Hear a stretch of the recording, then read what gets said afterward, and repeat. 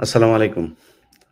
প্রিয় দর্শক আমাদের আজকের আ গুরুত্বপূর্ণ আলোচনার শিরোনাম দিয়েছি আমি একা, ওয়াকার একা, বড় একা ওয়াকারের পাশে কেউ নেই। আ এই আলোচনার সারমর্ম হচ্ছে যে আপনারা আজকে আ নুরুল হক নূরের উপরে হ যেই হামলা হয়েছে, রাষ্ট্রীয় বাহিনীর বিশেষ করে সরাসরি যদি বলি ওয়াকারের নির্দেশে রাশেদ খান তিনি নিজে বলেছেন যে সেনাবাহিনীর অ যিনি সেনাপ্রধান তার এসইও যিনি আছেন শামস, সেই ব্রিগেডিয়ার জেনারেল শামস নিজে এটার নির্দেশ দিয়েছেন। অতএব সেনাবাহিনীর প্রত্যক্ষ মদদে এই হামলাটা হয়েছে। সেই হামলার পরে আজকে তাদের যে প্রতিবাদ সমাবেশ ছিল, সেই সমাবেশে আমরা যে বক্তব্য শুনেছি সেটা আপনারা সারা দেশের মানুষ শুনেছেন। সেই অনুষ্ঠানে উপস্থিত থাকাদের মধ্যেও আমাদের সাথে আছেন কর্নেল হাসিনুর আছেন। তারপরে আছেন কর্নেল মোহাম্মদ জাকারিয়া হোসেন, মেজর মোহাম্মদ জামাল হায়দার। জামাল হায়দার ভাই আমাদের সাথে আজকে ১ম। জামাল হায়দার ভাই আপনাকে স্বাগত জানাচ্ছি।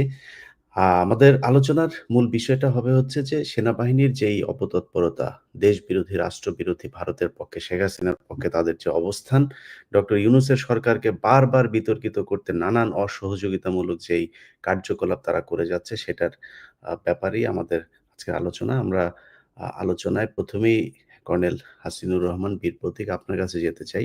অ্যা স্যার আপনি বলবেন যে আমাদের আজকে যেই এ সেনাবাহিনীর প্রতি যেই মানুষের ক্ষোভ আমরা আজকে সমাবেশে দেখেছি। আপনি নিজেও ক্ষোভ প্রকাশ করেছেন। আপনার মতো একজন দেশপ্রেমিক, আপনাকেও সেনাবাহিনীর বিরুদ্ধে কথা বলতে হচ্ছে। সেনাবাহিনী কেন এত বিপদে যাচ্ছে? রহিম উপস্থিত সবাই আসসালামু আলাইকুম। এমন একটা বিব্রতকর অবস্থায় আছি আসলে সত্যিকার অর্থে। আজকে যাওয়ার পর বুঝলাম যে জনগণ কি বলে। আমি অকাতকে সেটা বুঝে না। আমার সত্যিই লজ্জা লাগতেছিল। দেখেন ১ম থেকেই অকারের আচরণগুলি সন্দেহজনক ছিল। আমরা এটা মনে করছি ঠিক আছে। একটা সে তো আওয়ামী লীগ কর্তৃক নিয়োজিত। আত্মীয় একটু ভুল ত্রুটি হইতে পারে। বাট যখন রাষ্ট্রের দর্শনের সাথে দ্বিমত হয়ে যায়, জনগণের প্রত্যাশার সাথে যখন দ্বিমত হয়, তখন তো এটা আর ক্ষমা সুন্দরভাবে দেখা কায়দা নেই। দেখেন আমাদের সেনাবাহিনীর প্রধান সাবেক ইকবাল করিম ভূঁইয়া সম্বন্ধে অনেকের অনেক কিছু থাকতে পারে। আমার কাছে সেটা আমি উনাকে অন্যভাবে দেখি। আমি উনাকে অন্যভাবে সেভাবেই বলি। উনি একটা সুন্দর একটা ফেসবুকে একটা স্ট্যাটাস দিছেন। পরিষ্কার করে যে জিনিসটা আমাদের চাওয়া পাওয়া তাই বলছেন। তো কিছু অফিসারের জন্য তো সেনাবাহিনী ধ্বংস হইতে পারে না। আমি ইলিয়াস ভাই আপনাকে বলি, যে যেইভাবে বলুক অকার চাচ্ছে তার নিজের গুম খুনে জড়িত অফিসাররা উনি নিজে বিচার করবেন। আমার কথা হলো সেনাবাহিনী কি সে ক্ষমতা আছে? অবশ্যই নাই। এই গুমের যে আইনটা সেটা ব্রিটিশ আমলের আইন। এটাকে আবার সুন্দর করে নতুন করে রাষ্ট্রীয় বাহিনী কোনো গুম করে নাই। ব্রিটিশ কোনো চিন্তা করে নাই। ব্রিটিশ এই আইনটা আনে নাই।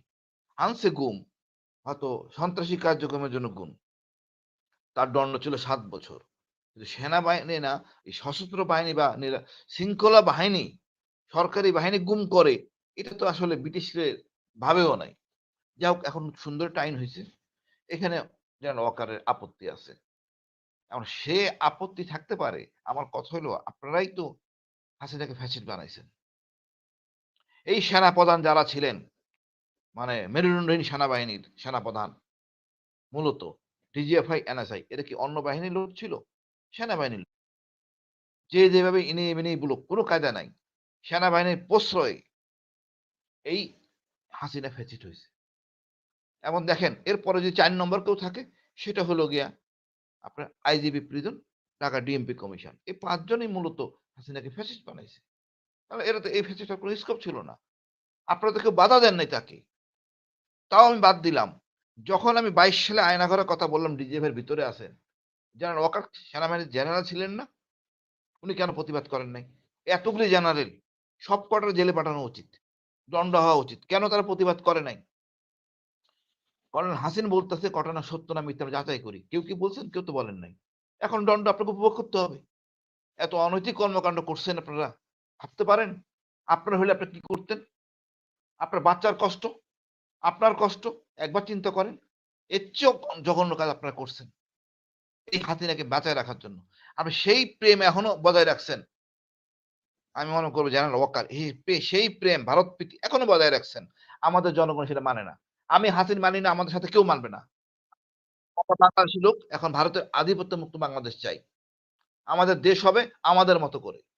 আওয়ামী প্রেম এ দেশে চলবে না। একটা ঘটনা উনি একবার এখানে যাচ্ছেন, সেখানে যাচ্ছেন, ওই যান দরবার। আরে তুমি ভাই সেনাবাহিনী প্রধান, তুমি থাকবা ক্যান্টনমেন্টে। আপনি চলে যাচ্ছেন ঢাকেশ্বরী মন্দিরে। ৩ বাহিনী নিয়ে প্রধান যাচ্ছেন ঢাকেশ্বরী মন্দিরে। জেনারেল জীবন কানাই দাসের নেতৃত্বে। এটা কি আমরা চাই নাকি আমার সেনাপ্রধান ঢাকেশ্বরী মন্দিরে যাবে? এটা তো কাম্য না। কোন মাদারা যাবেন তাও কাম্য না। আপনি কি রাজনীতি করতে চাচ্ছেন? আমাদের মনে আতঙ্ক জাগে এইসব বিষয়ে। তারপরে দেখেন একের পর এক বিতর্ক। আমাদের প্রমোশন বোর্ড নিয়ে একটা বোর্ড বানালো প্রজ্ঞাপন। সম্পূর্ণ তার সাথে বিতর্ক। উনি মানতে চাচ্ছেন না এই বোর্ড। এত বড় হ্যাডাম কিভাবে থাকে? ইলিয়াস ভাই আপনার মনে আছে কিনা জানি না। বিএনপির সময় একজন আইজিপি তাকে কিন্তু দণ্ড দিয়ে জাস্ট পানিশমেন্ট দেওয়া হয়েছিল ৳২,০০০ স্বপরিণতভাবে ডেকে আনা হয়েছিল। ওই ট্রাফিক সালাম দেয় নাই। তাকে কিন্তু ৳২,০০০ ফাইনের জন্য তাকে বাড়ি যেতে হইছে। উনারা ভুলে দেন আইন কানুন। যেকোনো বিচারপতি ডাক দেন যদি ওয়াকারকে, জেনারেল ওয়াকারকে আসেন। কিভাবে আপনার হাসিনা বাংলাদেশ থেকে চইলা গেল? আপনাদের সশস্ত্র বাহিনীর বিমানে করে উত্তর দেন। কি উত্তর দিবেন? একজন জেনারেল সাথে গেছিল নামায় দিয়া ডিজিএসএসএফ নাজ নাজমুল হ্যাঁ। নাজমুল তাকে নামায় দিয়ে চলে আইছে। মানে কত মহব্বত, প্রেম। এই প্রেম থেকে বাইরে হতে সময় লাগবে। এখন এদেরকে দেখার সময় নাই। ১ বছরে উনারা সংস্কার করতে পারেন নাই। মনের মধ্যে চেতনা চেঞ্জ করতে পারেন নাই। আমি অনুরোধ করব ইলিয়াস ভাই, উনারা সব জেনারেলরা হলি কোরআন ধরে শপথ করবেন আমরা রাষ্ট্রের জন্য থাকবো, দেশের জন্য থাকবো না। আমরা আওয়ামী লীগকে তালাক দিলাম, ভারতকে তালাক দিলাম। আমরা দেশের জন্য নিবেদিত। এছাড়া আমি এদেরকে বিশ্বাস করি না। ডক্টর ইউনূস যদি অতি উদার হন, আপনার প্রয়োজনীয় ব্যবস্থা গ্রহণ করেন। আপনার কমান্ডের সাথে চ্যালেঞ্জ করতেছেন। জেনারেল ওয়াকার আমাদের ক্ষতিগ্রস্ত প্রজ্ঞাপন নিয়ে। আপনি যদি হেরম থাকলে কিছু করেন নাহলে ছেড়ে দেন ক্ষমতা। Someone will take over. But এইভাবে তো দেশ চলতে পারে না। এখন দেখেন ভাই, এই জাতীয় পার্টি আপনার আপনার গোয়েন্দা প্রধান কথা বলছে।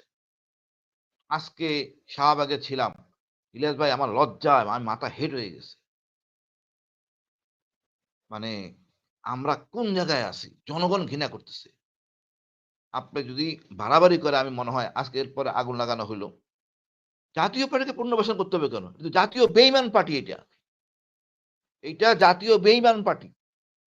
এটাকে কোনো প্রশ্রয় নাই। এর সাথে যারা আছে ১৪ দল সব বাতিল করতে হবে। আর যেসব জেনারেল এখন ওই ভারত প্রীতি আছেন তাদেরকেও বাতিল করতে হবে। পরিষ্কার। আর এটা ফয়সালা করতে হবে ডক্টর ইউনূসের। আপনি কাদেরকে রাখবেন কি রাখবেন না এই জেনারেল দিয়া এই প্রীতি ভালোবাসা দিয়ে রাখা যাবে না।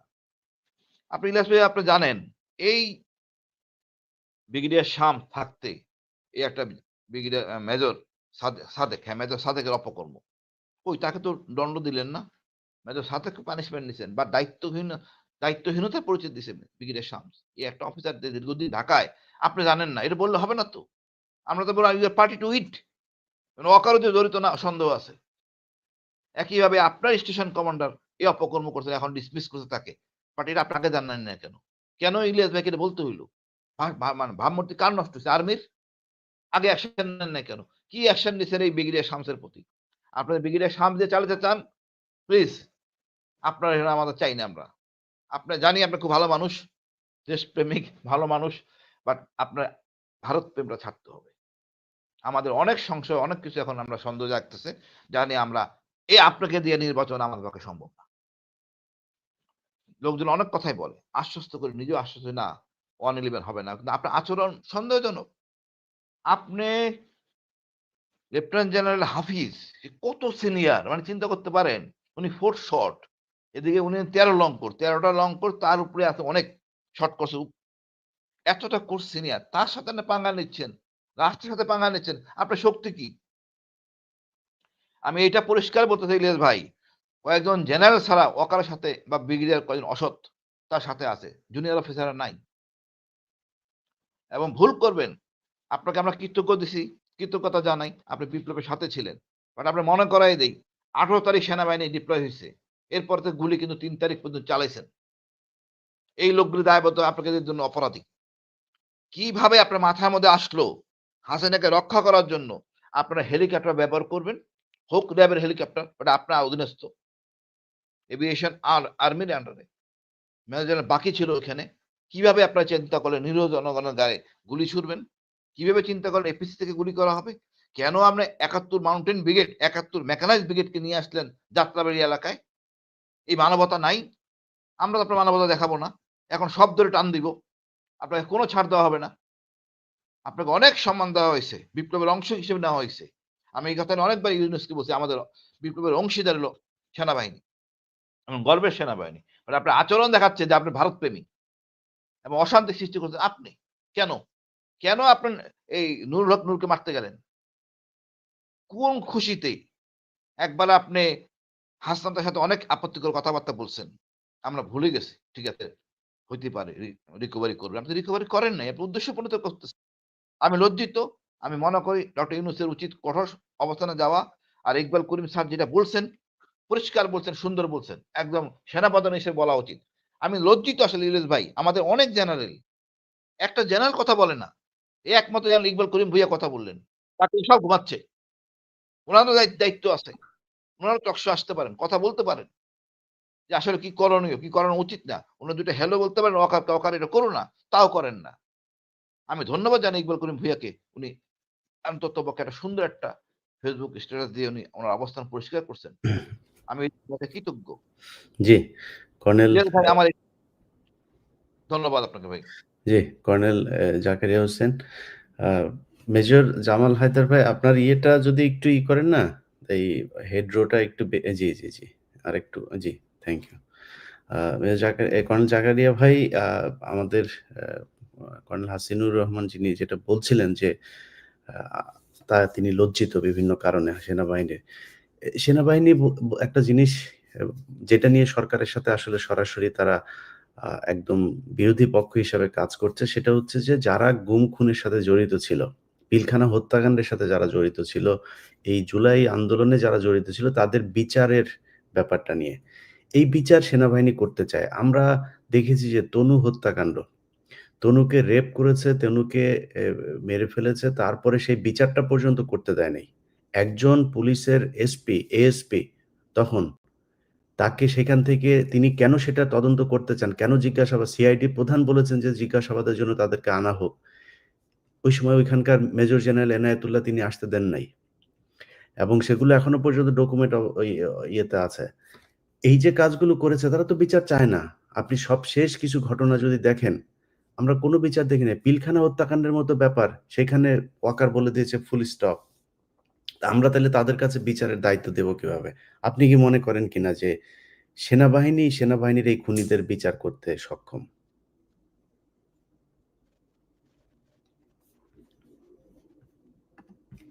হাসিন এবং মেজর জামাল হায়দার তাদেরকেও অভিনন্দন এবং আপনার দর্শকদের ধন্যবাদ এবং সবাইকে সালাম। আসসালামু আলাইকুম। দুঃখিত আজকে জাকারিয়া ভাই, যে বিষয়টা আপনি সরি, নিয়ে আসছেন সরি স্যার, সরি। আমাদের সাথে একজন আইনজীবী উপস্থিত হয়েছেন। তিনি আইনি বিষয়গুলো ব্যাখ্যা করবেন যে এই গুম খুনের বিচার কেন সেনা আইনে করা সম্ভব নয়? আমাদের সিভিল আইনে কেন এটাকে নিয়ে আসতে হবে? তো অ্যাটর্নি শেখ সেলিম আমাদের সাথে যুক্ত হয়েছেন। জি, ভাই বলুন আপনি। জি স্যার। জি, আমি যেটা বলছিলাম সেটা হচ্ছে যে আজকের যে বিষয়টা রেখেছেন এই বিষয়টার ব্যাপারে কিন্তু আমরা আসলে কেউই এখানে যারা আছে কর্নেল হাসিন, মেজর জামাল হায়দার এবং আমি বিশ্বাস করি আমরা কেউই এরকম একটি বিষয়ে আমরা কিন্তু নিজেরা কোনো ভালো ফিল করছি না। এটা আমাদের কাছে খুবই আনএক্সপেক্টেড। আমরা ৫ই আগস্টে সেনাবাহিনীর ভূমিকা আমরা যে সম্মান পেয়েছিলাম জনগণের থেকে এবং আমরা যে সম্মানটা আমরা গত ফ্যাসিস্ট সরকারের ১৫ বছরের সেনাবাহিনীর বিভিন্ন কর্মকাণ্ডের সেনাবাহিনীর কিছু ব্যক্তি বিশেষের কর্মকাণ্ডে যেটা আমরা হারিয়ে ফেলেছিলাম, ৫ই আগস্টে সেটা আমরা ফিরে পাই। এবং তারপরে কিন্তু একটা এক্সপেক্টেড ছিল আমাদের সবার কাছে এবং আমাদের মাননীয় সেনাবাহিনী প্রধান জেনারেল ওয়াকার উনি কিন্তু ৫ই আগস্টের পরপরই ৫ই আগস্টই উনি বলেছেন এবং পরেও বলেছেন যে আমি দায়িত্ব নিলাম। আপনারা আমার উপর নির্ভর করতে পারেন, ভরসা করতে পারেন। আমি দায়িত্ব নিলাম আপনাদের নিরাপত্তার দায়িত্ব নিলাম পুরো বাংলাদেশের। এই বক্তব্য উনি দিয়েছিলেন। তখন কিন্তু আমরা অত্যন্ত গর্ব ফিল করেছিলাম নিজেদেরকে যে না, আমরা ইনশাআল্লাহ এখন থেকে অতীতে যা ঘটেছে, ফেসিস সরকার যেটা করেছে সেটা ইটস ওভার।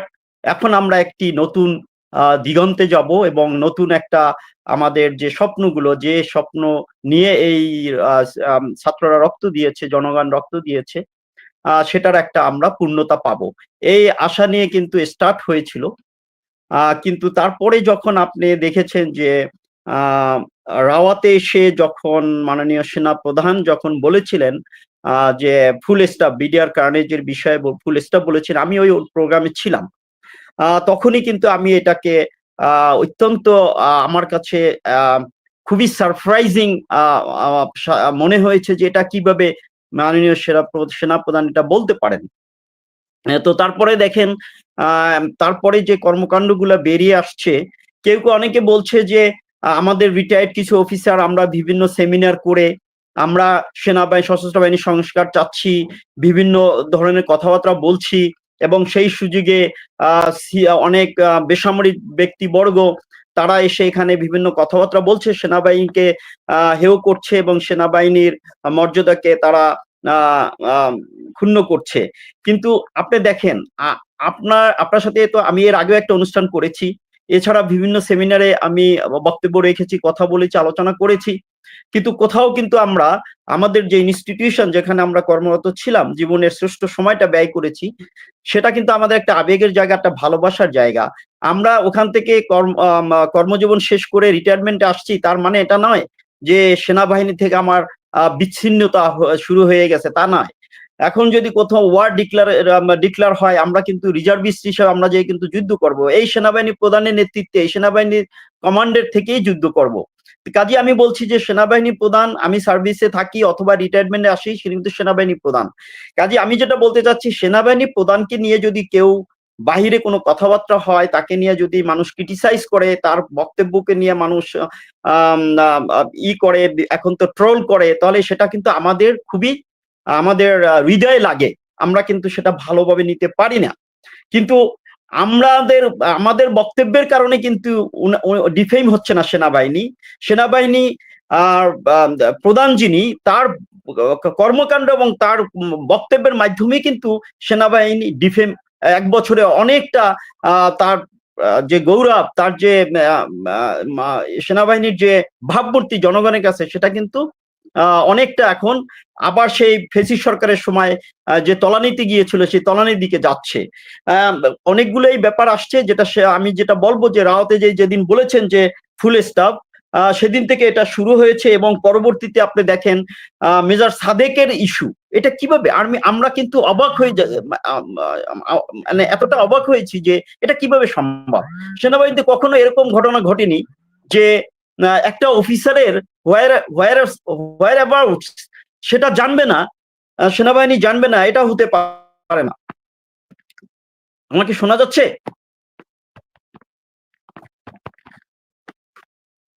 ইলিয়াস ভাই, আমাকে শুনতে পাচ্ছেন?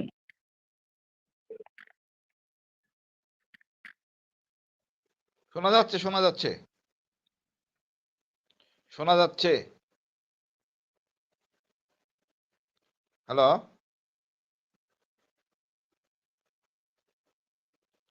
জাকারিয়া শুনতে পাচ্ছ?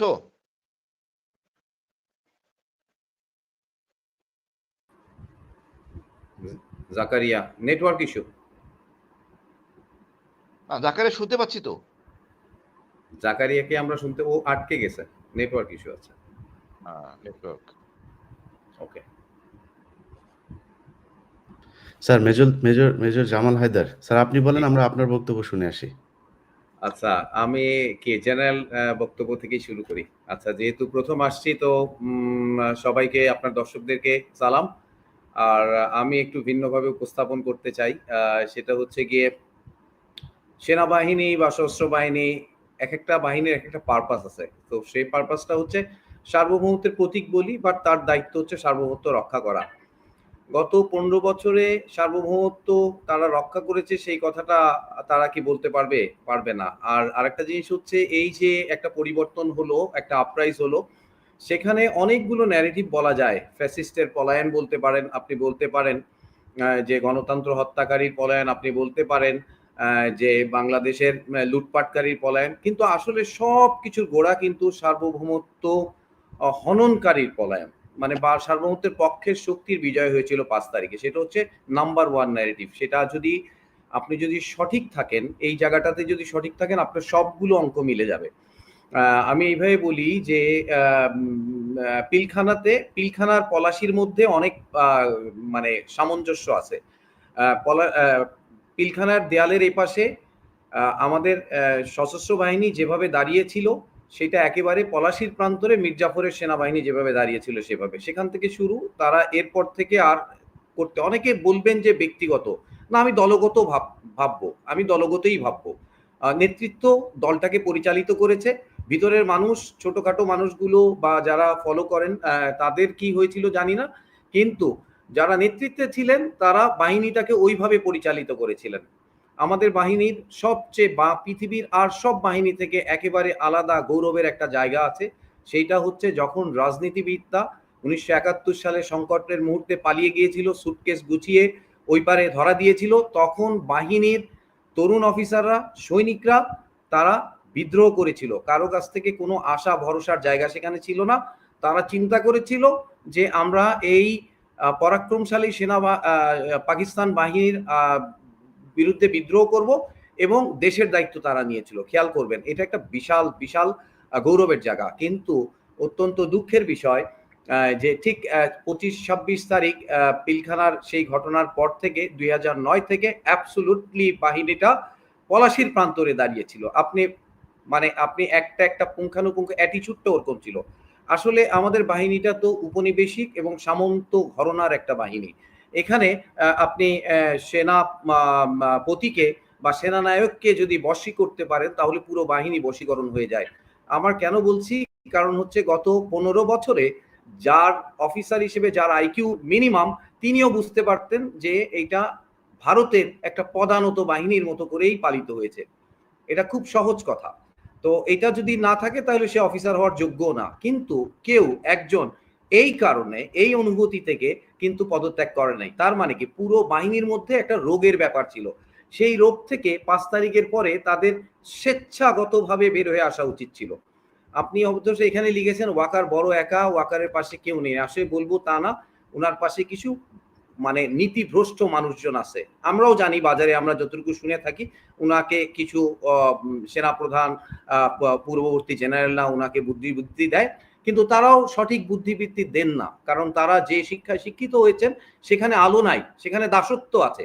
সেখানে কোনটার আলো নেই? আমি বাংলাদেশ একটা রক্ত স্নাত স্বাধীনতা অর্জনকারী দেশ, সেই দেশের সেনাবাহিনী হবে একেবারে অন্য রকমের, পিপলস সেনাবাহিনী হবে। তা না, তারা প্রফেশনালিজমের কথা বলেছে, তার আড়ালে বশত্ব এবং দাসত্ব এবং এক ব্যক্তির দাসত্ব, একটা দলের দাসত্ব এবং অন্য দেশের দাসত্ব, শত্রুর দাসত্ব কায়েম করেছে। এটার পুঙ্খানুপুঙ্খ রূপে প্রমাণ আছে। এই উচিত ছিল 5 তারিখের পরে 6-7 যখন স্টেবল হলো, তখন নিজেরা একটা সেমিনার করা, নিজেরা আমার মনে হয় যে ব্রেনস্টর্মিং করা, কেন আমরা 15 বছর এরকম ছিলাম। ছোট ছোট বাচ্চাদের, কিশোর তরুণদের বুঝে যেটা আসলো, যে সেটা ওরা বুঝতে পারলো না। তারা তো সরকার থেকে, কেউ কিন্তু বাড়ি থেকে বন্দুক আনে নাই, কেউ অস্ত্র বাড়ি থেকে নিয়ে গিয়ে, যেমন একটা শ্রমিক কাস্তে নিয়ে গিয়ে সকালবেলা রুজি করে, এখানের বন্দুকটা কিন্তু সরকারের টাকায় বা জনগণের টাকায় দেয়া। সেই বন্দুক হাতে নিয়ে আপনি যদি পাওয়ারফুল হবেন, সেই বন্দুক হাতে থাকার কারণে আপনি যদি নুরুকে আঘাত করে ফেলেন, তাহলে তো আসলে প্রবলেমটা আপনার। বন্দুকের তো বেশি প্রবলেম নাই, আপনার বুঝে প্রবলেম। আপনাকে যে বড় বড় শিক্ষা প্রতিষ্ঠানে শেখানো হয়েছে, সেই জায়গাটাতে আলো দেয় নাই আপনাকে কোনোভাবেই। আপনার বোঝা উচিত ছিল, আমি সার্বভৌমত্বের বিপক্ষের শক্তি থেকে আমি পক্ষের শক্তিতে দাঁড়ানোর একটা সুযোগ পেয়েছি। জনগণ কেউই ভারতকে মেনে নিচ্ছে না।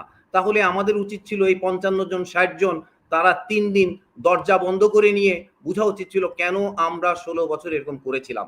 সেই জিনিসটা করা হয় নাই। সেই জিনিসটা করেছে এমন কোনো রেকর্ড নাই। তাহলে তাদের কার্যকরণে গত 11 মাস বা 13 মাসের কার্যকরণে এমন কোনো জিনিস নাই যেটাতে বোঝা যাচ্ছে যে আগের যে রিজিম ছিল সেইটা সে চেঞ্জ করেছে, সেটা সে পরিবর্তিত হয়েছে, সে অনুধাবন করেছে, সে রেকটিফাই হয়েছে, সেরকম কিন্তু কিছু নাই।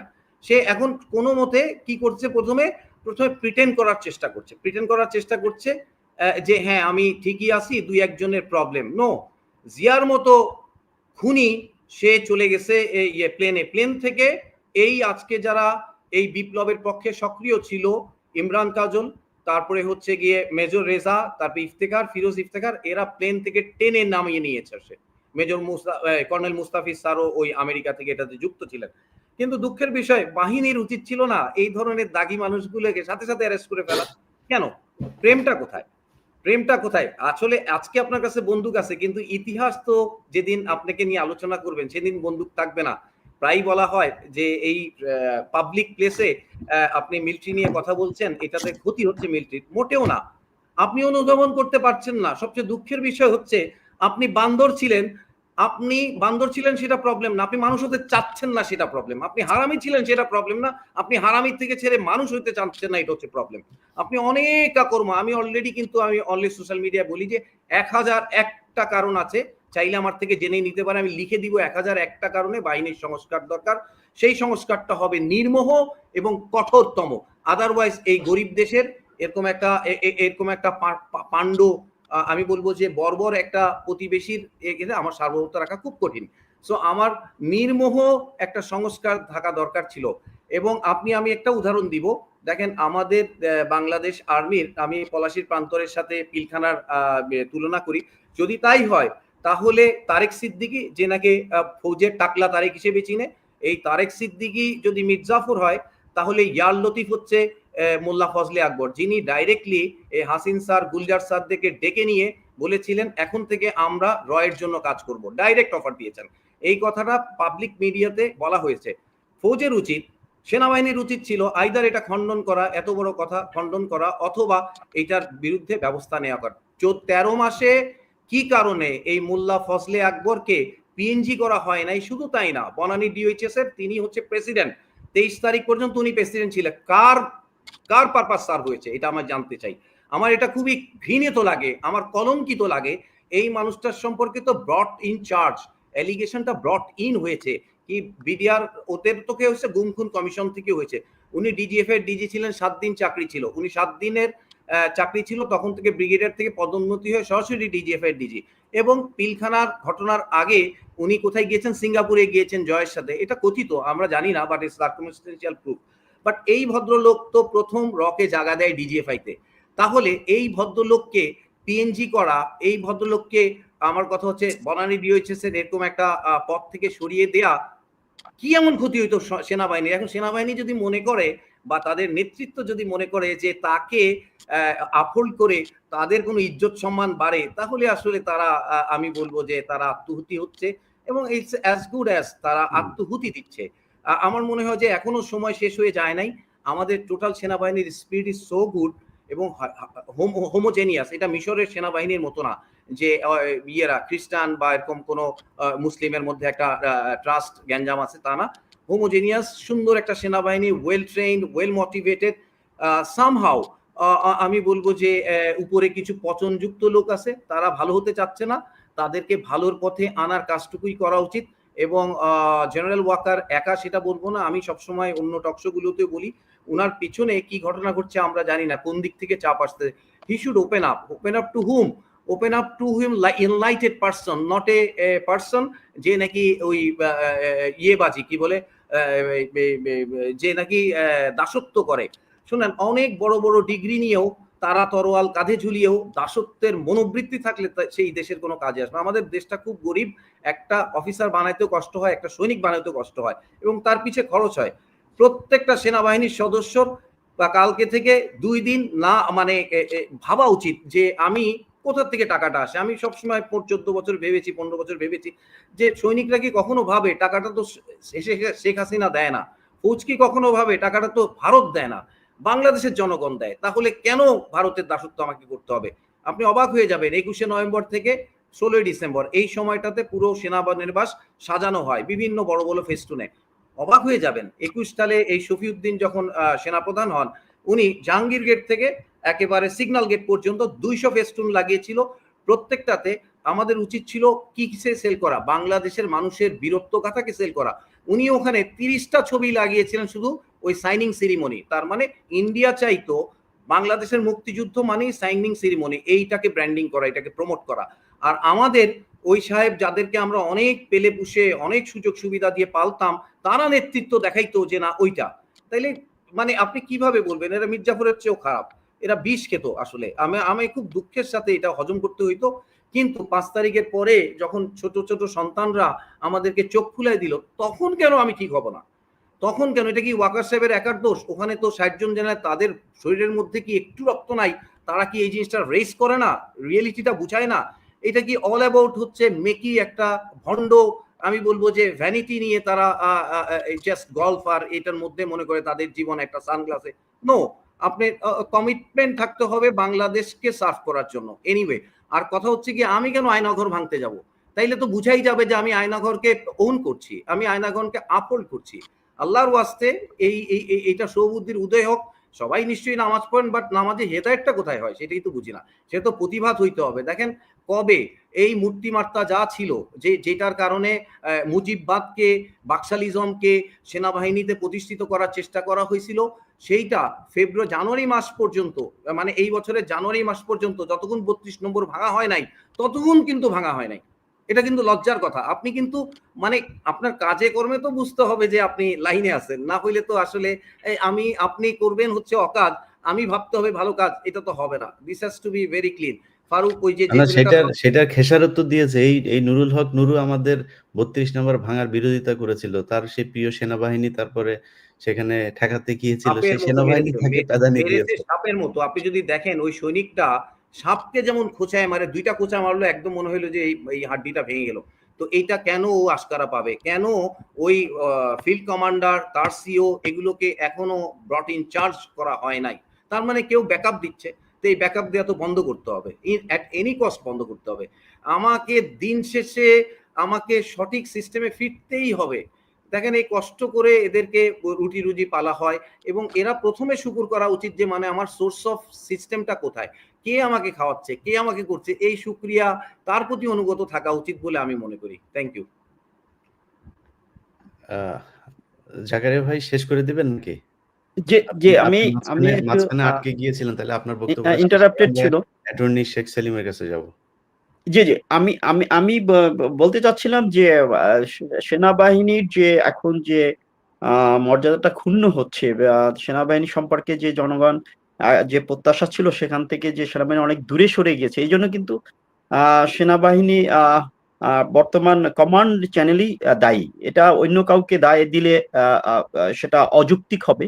আপনি দেখেন যে ব্রিগেডিয়ার আশা নামে একজন অফিসার, যে তার যে মানে স্ক্যান্ডাল যেটা বের হয়েছে, এটা তো কোনোভাবে আনএক্সপেক্টেড। মেজর সাদেকের ব্যাপারটা আমি বলছিলাম, সেটা তো এটা হতেই পারে না। 5-6 মাস ধরে একটা অফিসার তার ইউনিটে নাই, যেখানে ইউনিট ডিপ্লয় সারা দেশে সেনাবাহিনী মোতায়েন, এই অবস্থায় একটা প্রত্যেকটা অফিসারের কিন্তু সেকেন্ড মিনিট খোঁজ সবাই জানে যে কোথায় আছে, সেখানে এটা আনএক্সপেক্টেড। তারপরে আপনি দেখেন যেটা কর্নেল হাসিন বলেছেন, ডাকেশ্বরী মন্দিরে আমরা তো 54 বছরে দেখি নাই 3 বাহিনী প্রধান মিলে ওখানে যান। সেটা এই বিপ্লবের পরে করতে হবে কেন? এর দ্বারা what the message you want to give to the nation? তারপরে ব্রিগেডিয়ার হাসান নাসির যে বিপ্লবের পক্ষে ছিলেন, তাকে পিএনজি করছেন, তাকে পিএনজি করে দিলেন। কই যারা ক্রিমিনাল ছিল, যেসব অফিসাররা অন্যায় করেছে, যাদের হাতে রক্তের দাগ আছে, কই তাদের কাউকে তো পিএনজি করেন নাই, যেটা আমার কোর্সমেট মেজর জামাল হায়দারকে একটু আগে বলেছে। তারপরে দেখেন আর্মি যখন ডিপ্লয়েড থাকে, আমরা তো এই যে আমাদের যে এখন সেনাবাহিনী প্রধান, উনি যখন সিনিয়র মেজর, আমি কিন্তু মেজর আর্মিতে, তখন আমরা তো তাকে মেজর অবস্থায় দেখেছি। 2009 সাল থেকে শুরু করে 2024 সাল পর্যন্ত যে সেনা, আমি যদি বলি যে শেখ হাসিনা ফ্যাসিস্ট, এই যে একটা দানব তৈরি হয়েছে, এই দানবের তৈরি তো আমি আমি আমি আমি সবসময় বলি, এবং আমি এটা আপনি যেভাবেই আপনি বিশ্লেষণ করেন না কেন, এটার আপনি এটার ব্যত্যয় পাবেন না। সেটা হচ্ছে সেনাবাহিনীর কিছু অফিসার যারা ডেপুটেশনে, যে ডিজি, ডিজিএফআই, ডিজিএনএসআই এবং র্যাবে যেসব অফিসাররা কর্মরত ছিল, তাদের সহায়তা ছাড়া কোনোদিন 15 বছর এরকম ফেসিস্ট সরকার এই দেশে টিকে থাকতে পারতো না। একমাত্র দায়ী হচ্ছে এই সেনাবাহিনীর কিছু অফিসার যারা সার্ভ করেছে, যারা যোগ্যতা নাই, যারা এই করে সেবা করে বা রয়ের নিয়ে সহানুভূতি নিয়ে তাদেরকে র্যাঙ্ক পেতে হবে, তাদেরকে মেজর জেনারেল হইতে হবে, লেফটেন্যান্ট জেনারেল হইতে হবে। এই ধরনের অসৎ, নীতিহীন, ভ্রষ্ট চরিত্রের অফিসারদের কারণে এই ফেসিস্ট দানবীয় সরকারটা গত 15 বছর এই দেশে মানুষের উপরে অত্যাচার চালিয়েছে, নির্যাতন চালিয়েছে, এবং এর জন্য দায়ী এখন এই ব্যক্তির দায় কেন সেনাবাহিনী প্রধান নিচ্ছেন? 5ই আগস্টে আমরা যারা বিপ্লবের সঙ্গে ছিলাম, বিপ্লবের পরে কিন্তু আমরা এই কথাটাই বলে আসছি যে সশস্ত্র বাহিনী সংস্কার হতে হবে। কেন হতে হবে? আমরা তো দেখেছি এই সশস্ত্র বাহিনী কিছু অফিসারের কারণে দানবীয় সরকারটা এই দেশে এরকম ফেসিজম কায়েম করতে পেরেছিল। কাজে আমরা এই সংস্কার চেয়েছিলাম, এবং আমরা সবসময় বলে আসছি যে ব্যক্তির দায় কখনো কোনো বাহিনীর নেওয়া অথবা কোনো প্রতিষ্ঠানের নেওয়া ঠিক নয়। কারণ এই যে দেখেন, একজন অফিসার যখন ইউনিফর্ম পরা থাকে, এই ইউনিফর্মটা হারাতে কিন্তু কয়েক সেকেন্ডের ব্যাপার। একটা সিগনেচার হয়ে উপর থেকে একটা সিগনেচার হতে লাগে কিন্তু ফ্র্যাকশন অফ সেকেন্ড, এবং সেটা অর্ডারটা শুনাতে লাগে আরো 1-2 মিনিট হয়তো, কিন্তু সাথে সাথে কিন্তু তার ইউনিফর্ম ছেড়ে এই সিভিল বেশে চলে আসতে হবে। এটা সবাই, এটাই নিয়ম, এটাই প্রকৃতির নিয়মটা হচ্ছে এইটাই। কাজেই এখানে অন্যের দায় নিয়ে নিজে হিরো হওয়ার কিছু নাই এখানে। আমরা এই বিষয়টা সবসময় বলে আসছি, এবং আমি ধন্যবাদ জানাচ্ছি যে প্রাক্তন সেনাপ্রধান জেনারেল আইকিবি কে। উনি যে পোস্টটা দিয়েছেন এর প্রতিটা শব্দ, প্রতিটা সেন্টেন্স, দাড়ি কলম, দাড়ি কমা, এভরিথিং ইজ অ্যাবসলিউটলি কারেক্ট। আমরা এইটাই চেয়েছিলাম যে সেনাবাহিনীর ভাবমূর্তি যারা নষ্ট করেছে, যেসব ব্যক্তি বিশেষের যেসব দুষ্ট অফিসার, তাদেরকে আইনের হাতে নিয়ে আসা হোক, তাদের সঠিক বিচার হোক। এখন সেনাবাহিনী এই বিচারটা সেনাবাহিনীর সিস্টেমে কেন করতে পারবে না? কারণ এই অফিসাররা কিন্তু সেনাবাহিনীর ভিতরে থেকে কিন্তু তারা অন্যায়টা করেনি। তারা কিন্তু সেনাবাহিনীর ভিতর থেকে ডেপুটেশনে এসে ডিজিএফআই তে যায়, এই র্যাবে যে এনএসআই তে যে তারা কিন্তু এই অন্যায় কাজগুলো করেছে। কাজেই তাদের বিচারটা কিন্তু সিভিল কোর্টেই হতে হবে, এবং সেটাই হচ্ছে পারফেক্ট। এবং এখন যদি সেনাবাহিনী যদি সহায়তা না করে, যদি ফুল সাপোর্ট যদি প্রসিকিউশন টিমকে না দেয়, আইসিটি ট্রাইব্যুনালকে না দেয়, তাহলে কি হবে জানেন? তাহলে অনেক সময় অনেক ক্রিমিনাল যারা বেশি অপরাধী তারা কিন্তু পার পেয়ে যেতে পারে, আর যারা কম অপরাধী তারা কিন্তু মানে অনেক বড় দণ্ড পেয়ে যেতে পারে। কাজে আমি বলবো যে এখানে এই ব্যক্তির দায় না নিয়ে সেনা বাহিনীর কমান্ডকে এটা বুঝতে হবে যে এই ব্যক্তির দায় আমাদের আর নেওয়ার কোনো যুক্তিযুক্ত কারণ নাই। আমরা ফুললি সাপোর্ট করি, এবং ফুল সাপোর্ট যাতে করে, ফুল সাপোর্ট দিলে কি হবে, যারা আসলে কোনো যে অন্যায় করেনি, যে তেমন অন্যায়ের সাথে জড়িত ছিল না, তারা যাতে অজানার কারণে বা কোনো সিস্টেমের কারণে, ফুল সাপোর্ট না করার কারণে তারা কিন্তু শাস্তি যাতে না পায়। তো ফুল সাপোর্টটা দিলে শাস্তি, আমরা কিন্তু জানি, আমরা যারা এই যে আমরা তো 2 বছর হলো আমি রিটায়ারমেন্টে আসছি, আমরা তো দেখেছি নিজের চোখের সামনে এই সব ঘটনাগুলো ঘটেছে। তো আমরা জানি কোন কোন অফিসার এই সব গুম খুনের সাথে জড়িত ছিল, আয়নাগরের সাথে জড়িত ছিল, কারা র্যাবে যে খুন করেছে, এবং সেই সব অফিসাররা কিন্তু এখন ঘুরে বেড়াচ্ছে। আমরা কিন্তু জানি, তাদেরকে কিন্তু প্রসিকিউশন টিম এখন পর্যন্ত তাদেরকে কল করেনি। এখন কল করবে কিনা হয়তো তারা লিস্টে আছে, হয়তো পরবর্তীতে ডাকবে, কিন্তু এটা একটা বিগ কোশ্চেন, কিন্তু সার্ভিংদের মধ্যেও বিগ কোশ্চেন যে এরা তো বিগ ক্রিমিনাল ছিল, কিন্তু এই ক্রিমিনালদেরকে তো কোর্ট এখনো সমন জারি করেনি, এখনো ওয়ারেন্ট জারি করেনি। তো এটা কিন্তু একটা অলরেডি শুরু হয়েছে এই ধরনের চিন্তা ভাবনা। তো আমি বলবো যে সেনাবাহিনীকে ফুল সাপোর্ট করা উচিত, কোর্টকে, আইসিটি কে, এবং ব্যক্তির দায় কখনো প্রতিষ্ঠানের অথবা কোনো ব্যক্তির, সে প্রতিষ্ঠানের প্রধান হতে পারে, কিন্তু তাকে এই দায় নেওয়া ঠিক হবে না। ঠিক হবে না। জি স্যার, ধন্যবাদ স্যার। আমরা আইনি বিষয়গুলো ব্যাখ্যা করার জন্য অ্যাটর্নি জনাব শেখ সেলিম, তিনিও আমাদের সাথে উপস্থিত আছেন। আমরা যে আমি আগের বক্তব্যে যেটা বলেছি যে আমাদের মূল সমস্যাটা হচ্ছে এখন বিচার। আপনার বক্তব্য, আপনাদের সবার বক্তব্যে একটাই জিনিস ফুটে উঠেছে, সেটা হচ্ছে যারা ক্রিমিনাল, সেনাবাহিনী একটা অর্গানাইজেশন, এবং এই সেনাবাহিনীতে অসংখ্য দেশপ্রেমিক। আমি সেদিন একজন বলছিলেন যে 99.9% হচ্ছে এখানে দেশপ্রেমিক, এবং 0.1% হচ্ছে, কিন্তু সেই 0.1% হচ্ছে একদম মাথায় আছেন, যে কারণে আজকে কলুষিত হচ্ছে। সেই মাথাটাকে কেটে ফেলতে হবে। সেই মাথায় নতুন করে মাথা বসাতে হবে, যে মাথাগুলো আসলেই রাইট ডিরেকশনে হাঁটে। জনাব অ্যাটর্নি শেখ সেলিম, আপনার কাছে আমাদের প্রশ্ন হচ্ছে যে যেই বিচারের কথা বলা হচ্ছে, গুম-খুনের এই বিচার সেনা আইনে কি করা সম্ভব কিনা? আমাদের আ ব ব আমাদের যেই সিভিলিয়ান কিল হয়েছে এই দেশে সেনাবাহিনীর হাতে, সেই বিচার কিভাবে সেনাবাহিনী করবে? থ্যাংক ইউ ইলিয়াস ভাই, এবং thank you distinguished panel here. আপনাদের অনেক কথাই শুনলাম। এইটা সেনা আইনে, আমি মনে হয় সেনা আইনে 1950 আর্মি অ্যাক্টে অ্যাজ আই রেড ইট, তাতে মনে হয় না যে অ্যাডিকুয়েট সাপোর্ট আছে এখানে। আপনি যদি দেখেন, তার কারণে এখানে সিভিলিয়ান হত্যা হয়েছে, একটা ওয়াইড স্প্রেড কনস্পিরেসি ছিল, দেশি বিদেশি এবং গোয়েন্দা সংস্থার ইনভলভমেন্ট ছিল, আর্মির ছিল, র্যাব, বিডিআর, পুলিশ, সবাই গুমের সাথে জড়িত। সেদিন দেখলাম এক মেজর ভদ্রলোক এক টক শোতে আলাপ করছে কিনা, এক টক শোতে আলাপ করছে, উনি বলছে যে সেনা আইনে এটা একটা সেনা প্রধানের এটা একটা চক্রান্ত। উনি চিফ জাস্টিসের কাছে যাচ্ছে, স্যার আমরা বিচারটা করি। অলরেডি উনি পক্ষপাত দোষে ওনাকে দোষারোপ করা হচ্ছে। তার কারণ উনি অনেক অফিসারকে পালাই যেতে দিচ্ছেন। ইভেন আইসিটি থেকে ওয়ারেন্ট ইস্যু হওয়ার পরেও সেনাবাহিনী ক্যান্টনমেন্ট থেকে অফিসার গুলো কিভাবে পালায় যায়, সে দায়িত্ব তো সেনা প্রধানের, তো উনি তো পক্ষপাত দোষে দুষ্ট। তারপরে উনি বিভিন্ন ভাষণে বলেছেন, একদম দৃঢ় গলায় বলেছেন যে সব হত্যার বিচার হবে।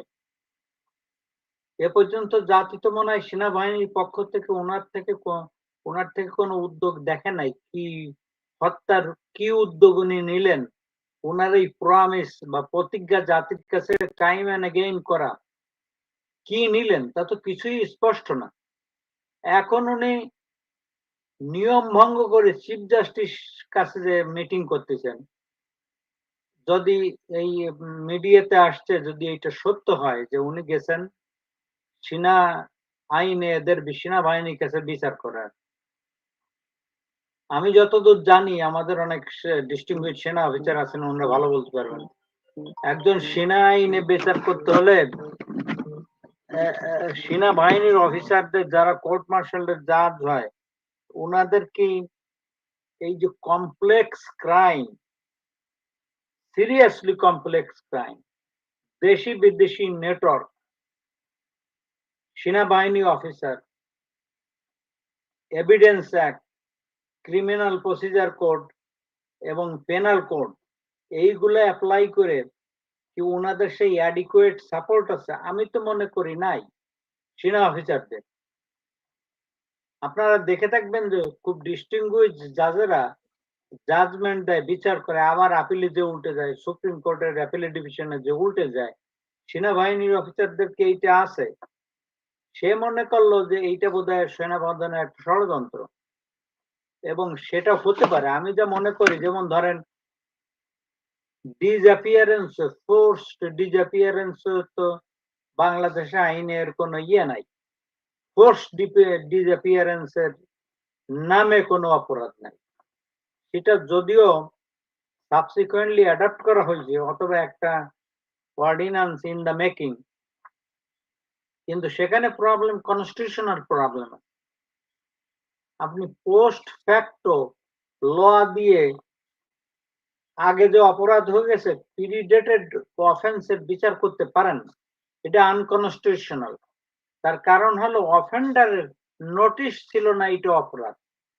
তো সেক্ষেত্রে সেনাবাহিনী একটা যেনতেন বিচার করে, দায় সারা বিচার করে ছেড়ে দিলে আপনাদের কিছু করার নাই, কারোর কিছু করার নাই। তার কারণ সেনা আইনের সেকশন 96-এ বলা আছে, যদি সেনাবাহিনীর আদালতে কারোর বিচার হয়, সেইটা আর মানে পুনরায় বিচার করা যাবে না। এইটা আর পুনরায় বিচার করা যাবে না বাংলাদেশের কোন কোর্টে। Therefore they will go scot free. আর একটা ব্যাপার আছে, সেনা আইনের কিছু লোকের বিচার তো সেনা আইনে আর সম্ভব না। আইসিটি যাদের ইন্ডাইট করেছে বা ওয়ারেন্ট জারি করেছে, তাদের বিচার আইসিটিতেই হইতে হবে। তার কারণ আপনি যদি এই সেনা আইনের সেকশন 94 পড়েন, তো এখানে কনকারেন্ট জুরিসডিকশন আছে অফেন্সের, সেনা সদরের, এই মানে সেনাবাহিনীর এবং সিভিল কোর্টের। 95 যে আবার বলছে যে যদি সিভিল কোর্ট কগনিজেন্স নিয়ে থাকে তাইলে সেইখানেই বিচার হবে। তারা অর্ডার দিতে পারে অমুক নিয়ারেস্ট ম্যাজিস্ট্রেটের কাছে সারেন্ডার করো, অথবা গভর্নমেন্টের কাছে রেফারেন্স চাইতে পারে। দ্যাট মিনস সেনা আইনে ওই বিচার আর করা যাচ্ছে না। সেক্ষেত্রে সিভিল কোর্টে বিচার হইতে হবে।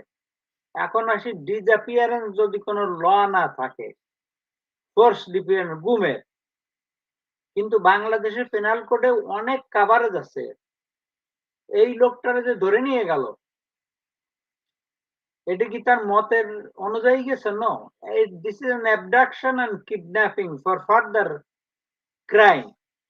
এখন কাউরে অ্যাবডাকশন করে যারা আর ফিরে আসে নাই তারা তো মারা গেছে, তো অ্যাবডাকশনের পরে সেটা মার্ডারে যাবে। যারা কিডন্যাপ করে নিয়ে গেছে, আনলফুল ইমপ্রিজন করে আয়না ঘরে রাখছে, সেটা তো টর্চার হয়েছে, বিভিন্ন ধরনের অত্যাচার হয়েছে, আপ টু দ্য মার্ডার। এই সব বিচার ওইভাবে করা যাবে, ওইভাবে আমাদের পেনাল কোডে বলা আছে। এবং যেমন ধরেন একজন রে অ্যাডিকুয়েট পানিশমেন্টও দেওয়া যাবে, আমি সেভাবে বলছি। কাউকে যদি কাস্টডিতে মারপিট করে একদিন, তারপরের দিন করলে এই দুইটা অপরাধ হলো, so it will be a separate count, and the separate count each count same punishment দেওয়া যায়। এইটা এর কোনো জটিলতা নাই, এই ক্ষেত্রে কোনো জটিলতা নাই। কিন্তু সেনাবাহিনী যদি তাদের ডিসঅ্যাপিয়ারেন্সের জন্য আলাপ করে, তো যেমন ধরেন জেনারেল ওয়াকার সাহেবের আমলে তো শোনা যায় কি কর্নেল ইমরান বোধহয়, যারে যে গুলি করেছিল এবং লোকজন মারিছে, তারে মাত্র 3 মাস 6 মাসের ডিমোশন দেওয়া হয়েছে বা তার একটা কিছু করা হয়েছে। অত্যন্ত লঘুদণ্ড। যে মানুষ হত্যা করলো তার 3 মাসের সিনিয়রিটি কেটে দিলাম বা 6 মাসের সিনিয়রিটি কেটে দিলাম, এটা তো জোক। এর চেয়ে তো আর না, তো সেনাবাহিনী আপনি ট্রাস্টি পে করবেন করে এই দায়িত্ব দিয়ে। দ্য প্রবলেম হচ্ছে কি বাংলাদেশে, এক্ষেত্রে আমি জুডিশিয়ারি এবং গভর্নমেন্টের একটু মানে ব্লেম করব। Government should be firm, no, বিচার হবে সিভিল আইনে এবং গভর্নমেন্ট শুড ইনস্টিটিউট চার্জেস। তো সেনাবাহিনী আইনে আর বলা যাবে না। আমাদের জাজেরা অত্যন্ত ভীরু প্রকৃতির জাজ বানায়, ভয় পায় সবাই। এক্ষেত্রে আমি একটা উদাহরণ দেই, তারা যদি ওয়ারেন্ট ইস্যু করে, এখন ওয়ারেন্ট ইস্যু হইলে সেনাবাহিনীর দায়িত্ব আছে তাদের সারেন্ডার করা কোর্টে সেনাবাহিনীর পক্ষ থেকে। সেইটা যদি না করে, এখন তো তারা সেনা প্রধান রে বা যে অফিসার আছে এই দায়িত্বে, সেনাবাহিনীর ইন্টারনাল ওয়ার্কিংটা আমি জানি না, হয়তো বা এইসব অফিসারদের এই সমস্ত ক্ষেত্রে কারো কোনো জেনারেলের দায়িত্ব আছে, অথবা সেনা প্রধান। ট্রাইব্যুনাল তো তার সকাশ করতে পারে, আইসে জবাব দাও কেন করতে পারছো না, প্রডিউস করো কিভাবে পালাই গেল। কোনো কড়া জাজ এলে করতো, তারে স্যাংশন দিয়ে দিত, তার চাকরি চলে যেতে পারে, তারে ক্রিমিনালি চার্জ করতে পারে। কিন্তু জুডিশিয়ারির গার্ডস নাই, অত্যন্ত নতজানু এবং ভীরু জুডিশিয়ারি হয়ে দাঁড়াইছে। এরা জাতির কাছে এরাও ফেল করতেছে। সেনাবাহিনী যেমন আমরা বললাম, ঊর্ধ্বতন অফিসাররা সেনাবাহিনীরে দেশের স্বার্থে ইউজ না করে বিদেশের স্বার্থে কতগুলো ক্রিমিনাল অর্গানাইজেশন বা ক্রিমিনালের সাথে ব্যবহার করছে, হয়তোবা অবৈধ সুযোগ সুবিধা নিয়ে ব্যবহার করছে। আমাদের জুডিশিয়ারি তাদের দায়িত্ব থেকে পিছিয়ে আছে এবং আমি বলবো স্বাধীনতার পর থেকে পিছিয়ে আছে। আমি ছোট একটা উদাহরণ দেই।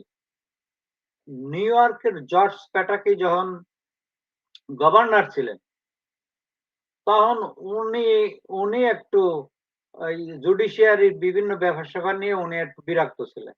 উনি করলেন কি, সেই সময় উনি এই বাজেটে জুডিশিয়ারিকে অর্থাৎ বিচার বিভাগকে কম অর্থ বরাদ্দ দিলেন।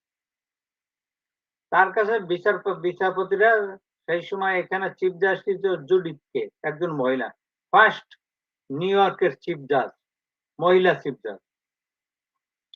উনি লেখলেন, 2 সপ্তাহের ভিতরে কোনো রেসপন্স আসলো না পেটাকের কাছে। তারপর উনি স্পিকার এবং গভর্নরলে লিখলেন, কোনো উত্তর না আসাতে উনি করলেন কি, শোকজ করলেন, কোর্টে হাজির হও, ব্যাখ্যা দাও। বোধ গভর্নরে এবং স্পিকারকে। কি হলো, 3-4 দিনের ভিতরে বাজেট সংশোধন করে আবার পেশ করে পাশ করে দেওয়া হলো।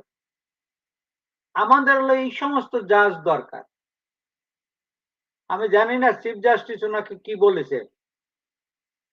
চিফ জাস্টিস তো চোখটা দুটি বড় করে, চোখটা বড় করে, কি বলে, চোখের উরু সম্প্রসারিত করে, যে আইসিটি এদের ওয়ারেন্ট জারি করেছে, এরা কোথায়, কেন এরা আসলো না? আমার তো মনে হয় না সেনা প্রধানের আর কথা কি আর বলার কোনো শক্তি থাকতো। এদের প্রডিউস করেন, তারপর অন্য কিছু দেখা যাবে। আর একটা প্রশ্ন যদি উনি করতেন যে আপনারা কি ইকুইপড এই যে সিরিয়াস ক্রাইমের বিচার করা, আপনাদের সেই এক্সপার্টিজ আছে? কিছুই বলতে পারতেন না সেনাপ্রধান।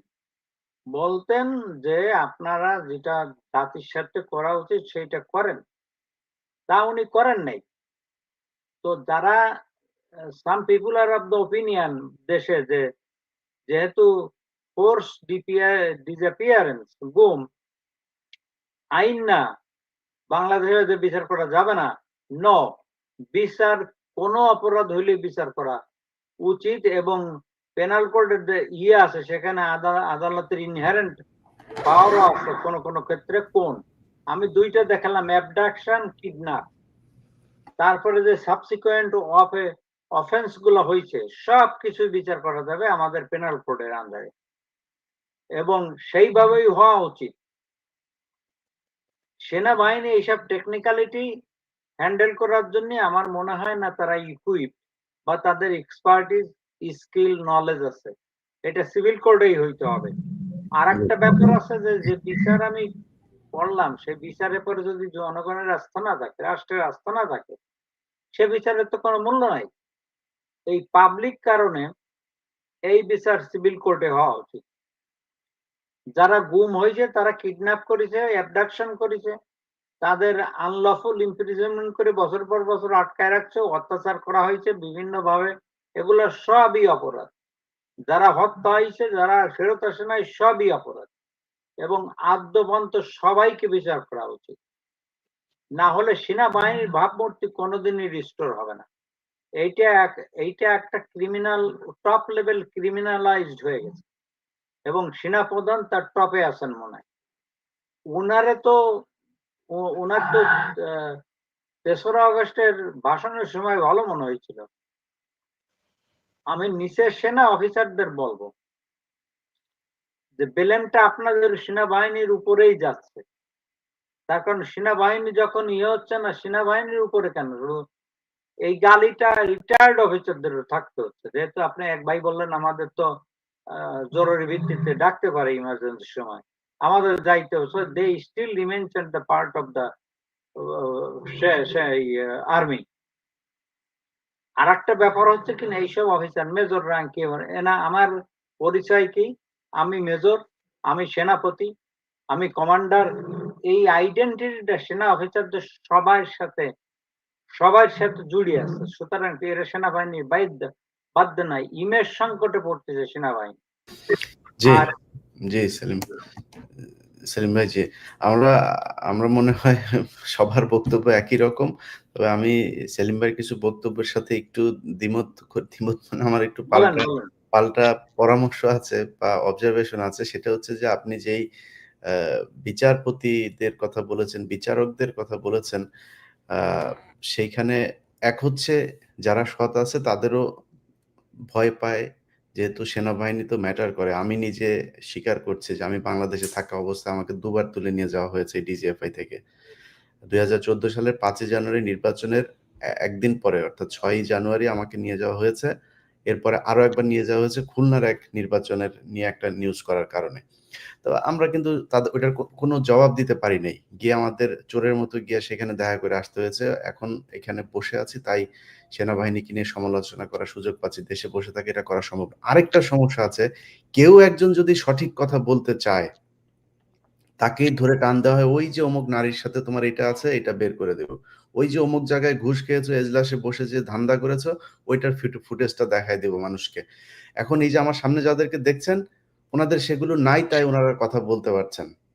যাদের আপনি যদি যান যেই ধরনের জেনারেলদের, মেজরদের, কর্নেলদের, এমনকি রিটায়ার্ডদের, তাদের নিয়ে যদি কথা বলেন, তাদের অনেক কিছু আছে, তারা আসবে না, আপনার এইভাবে কথা বলতে পারবে না। আপনি অবাক হবেন, পিলখানার যে হত্যাকাণ্ড, সেই হত্যাকাণ্ডের সময় সেলিম ভাই যাদের পরিবারের মানুষ মারা গিয়েছে, আমার পরিবারের তো কেউ মারা যায়নি। তাদের পরিবারের স্ত্রী, সন্তানরা এখন বিচার চায় না। তারা খুব ভালো আছে। তাদেরকে এত সব সুযোগ সুবিধা দিয়ে দেওয়া হয়েছে। এই সুযোগ সুবিধা নিয়ে তারা খুব ভালো আছে। যেই কারণে তারা এটার বিচার চায় না। ওয়াকার যেই সুরে কথা বলে, সে একই সুরে কথা বলে। যাই হোক, এইসব কারণগুলো আছে আরকি, যে কারণে হয়তোবা এটা একটু কঠিন হয়। এখন আমাদের সবাইকে একসাথে দাঁড়াইতে হবে। ভাই, আমরা এই দেশটার ভালো চাই। আমরা সেনাবাহিনীকে নিয়ে অনেক সমালোচনা করলাম এখানে। মেজর জামাল হায়দার ভাই সবচাইতে অ্যা পজিটিভ ছিলেন আমাদের অনুষ্ঠানের আগে যখন আমরা কথা বলছিলাম। তখন উনি বলছিলেন যে, শিরোনামটা বোধহয় একটু বেশি এ জোরালো হয়ে গেল। তো আরেকটু নমনীয় চাচ্ছিলেন বোধহয়। কিন্তু উনার বক্তব্য সবচেয়ে জোরালো হয়েছে আমাদের আজকের। তো এটাই সত্যি। সত্য বলতে গেলে আপনাকে এইভাবেই বলতে হবে। কর্নেল হাসিনুর রহমান আজকে যে বক্তব্য দিয়েছেন বিবি নূরদের এই সমাবেশে গিয়ে, উনি উনি নিজেও বলছিলেন যে, "আমি যে পরিস্থিতিতে সেখানে গিয়ে পড়েছি, যে আমি কেন আসলাম?" এই আক্ষেপ করছিলেন হাসিনুর ভাই। যে আমি আজকে এখন না বলে উপায় নাই। সবাই একইভাবে কথা বলছে। আমাকেও বলতেই হবে। সো আমার মনে হয় সবাই এক হয়েছে। বিপি নুরুল হক নূরের আমার মনে হয় তিনি যে আওয়ামী প্রেম দেখাচ্ছিলেন গেল কয়েক মাস ধরে, সেখান থেকে তিনিও সুস্থ হয়ে ফিরে আসবেন এবং তিনি সেখান থেকে বের হয়ে আসবেন। আমাদের দেশের যত রাজনৈতিক দল আছে, আমার মনে হয় এক হইতে হবে। ডক্টর ইউনূসকে শক্তিশালী একটা পদক্ষেপ নিতে হবে। চুপ্পু ওয়াকারকে যত দ্রুত সম্ভব আউট করতে হবে। এই ২ টা যত তাড়াতাড়ি যাবে, এই দেশের জন্য ততই মঙ্গল। এবং ফ্যাসিবাদ এখনো পর্যন্ত ভারত থেকে তারা হুমকি-ধামকি দিচ্ছে।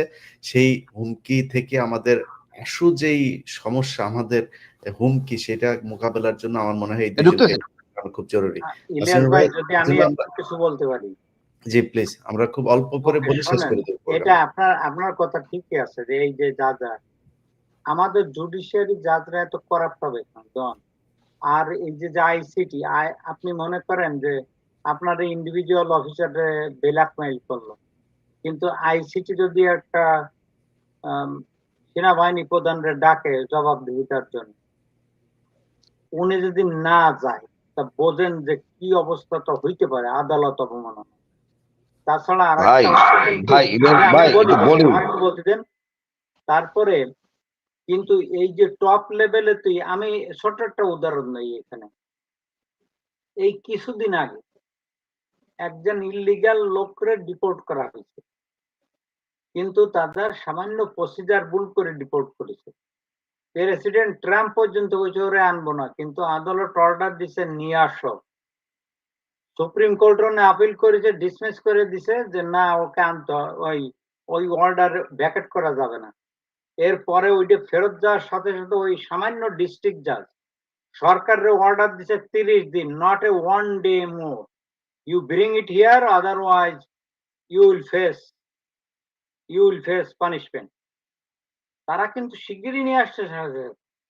তারা বলছে তারা আর খুঁজে পাওয়া যাচ্ছে না, আসা যাবে না, দুনিয়ার যেখানে আছে খুঁজে আনো। এইখানে কিন্তু তাকে নিয়ে আসতে হচ্ছে মিস্টার গার্সিয়া। তা আমার কথা হচ্ছে কেন্দ্রের, আমাদেরকে ২-৪ জন জাজ নাই, তারা উপরে মিলে বলতে পারে না যে, আমি আরো একটু কথা বলি, at the beginning of the formation of the United States বহু চ্যালেঞ্জের সম্মুখীন হয়েছে।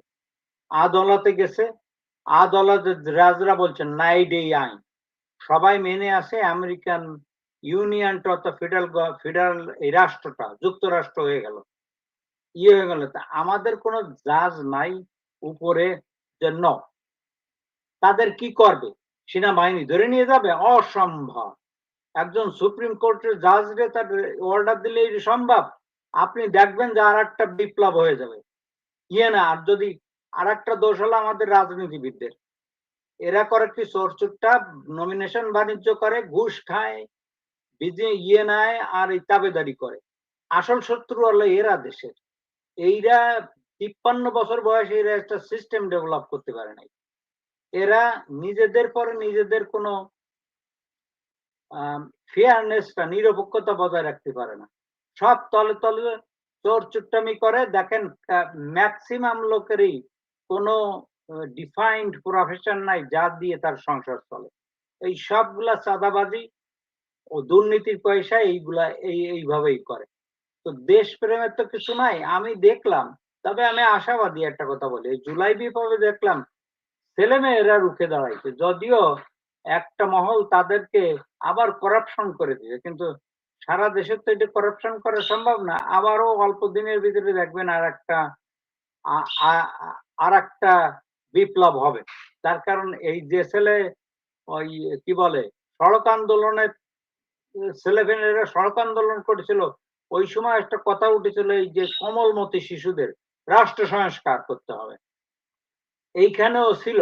এখন রাজনীতিবিদরা এসে করলো কি, বললো যে নির্বাচন, আরে ঘুষের গুড়ার ডিমের নির্বাচন, তো নির্বাচন দিয়ে দেশের হচ্ছে না, নির্বাচন দিয়ে চোর চোরটা বদমাস হচ্ছে ইলেক্টেড। তারা এসে যত প্রকার দুর্নীতি আছে তাই করছে এখানে। এই ইলেকশন কি দরকার আমাদের? যে ইলেকশন জাতির স্বার্থ করে না। এই যে ফর্মাল ডেমোক্রেসি, এই দিকে আইনের একটা ডক্ট্রিন আছে, ফর্ম ওভার সাবস্টেন্স। তার মানে আকারটারে দিছে, সাবস্টেন্সটারে দিছে। দেহটা আছে কিন্তু ভিতরে প্রাণ নাই। প্রাণটা হলো মানুষের কল্যাণ, প্রাণটা হলো রাষ্ট্রীয় কল্যাণ, প্রাণটা হলো সংস্কার, যাতে মানুষের কল্যাণ হয়। সেটা তো আমাদের দেশের রাজনীতিতে নাই। আর এই সমস্ত পচা দুর্গন্ধযুক্ত রাজনীতি সব জায়গায় ছড়াই পড়েছে। আমাদের কোর্ট কাছারিতে জাজরা দেখেন আইন বাদ দিয়ে কোন দল ক্ষমতা আছে, কারা আসবে, সেই অনুযায়ী জাজমেন্ট দেওয়া হয় এর সব জায়গায়। তবে আমার মনে হয় না এই সাকসিডিং জেনারেশন, এই যারা এইখানে আছে 2-4 জন ছাড়া অনেকেই মনে হচ্ছে করাপ্ট হয়ে গেছে। এরপরের গ্রুপ আসবে, সেই সময় দেখবেন যে এই ভুলটা তারা সংশোধন করে নেয়। ইনশাআল্লাহ। আমি 5-10 বছর টাইম দিলাম, আর একটা বিপ্লব আসতেছে। জি ইনশাআল্লাহ। যারা এই ইলেকশনে আসবে তারা মনে হয় না কোনো ভালো কাজ করবে। যারা আসছে তাদের আমরা চিনি, তাদের সব মানুষ টেনে যে তারা কত করাপ্ট। চাঁদাবাজির থেকে শুরু করে দুর্বৃত্তায়নের থেকে শুরু করে রাজনীতি, আজকাল সব দলের টপে যারা স্ট্যান্ডিং কমিটির মেম্বার লিডারশিপে আছে তারা কেউই সৎ লোক না, লোক না। আমরা যাব কোথায়? মানে জাতি যাবে কোথায়? তো আর একটা বিপ্লব অবশ্যম্ভাব। জি আমরাও সেই স্বপ্ন দেখি যে আরেকটা বিপ্লব হয়ে যাক। আমরা অনুষ্ঠানের শেষ দিকে কর্নেল জাকারিয়া, আপনি যদি সেলিম ভাইয়ের বক্তব্যের প্রেক্ষিতে কিছু যুক্ত করতে চান।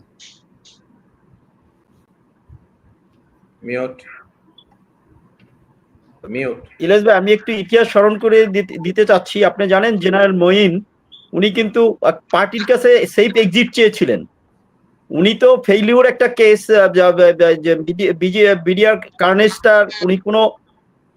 বিডিআর কার্নেজের সময় উনি কোনো অ্যাকশন নিতে পারেন নাই, আমাদের ভাইদেরকে সেভ করতে পারেন নাই, অফিসারদের সেভ করতে পারেননি। আমাকে শোনা যাচ্ছে? জি জি জি। তো সে কিন্তু সেফ এক্সিট চেয়েছিল পার্টির কাছে। তো আমি স্মরণ করিয়ে দিতে চাই, কেউ যদি মনে করে যে পার্টির কাছে সেফ এক্সিট চাবো এবং আমি যে অন্যায়গুলো করে যাচ্ছি একের পর এক, 5ই আগস্টের পরে 642 জনের মধ্যে 15 জনও কি হত্যাকারী ছিল না, যারা চরম মানবতা বিরোধী অপরাধ করেছে? মনিরুল, হারুন, এরকম অফরাদি, আসাদুজ্জামান স্বরাষ্ট্রমন্ত্রী এবং আরো যত ক্রিমিনাল ছিল, তার ভিতরে কি 15 থেকে 20 জনও ছিল না?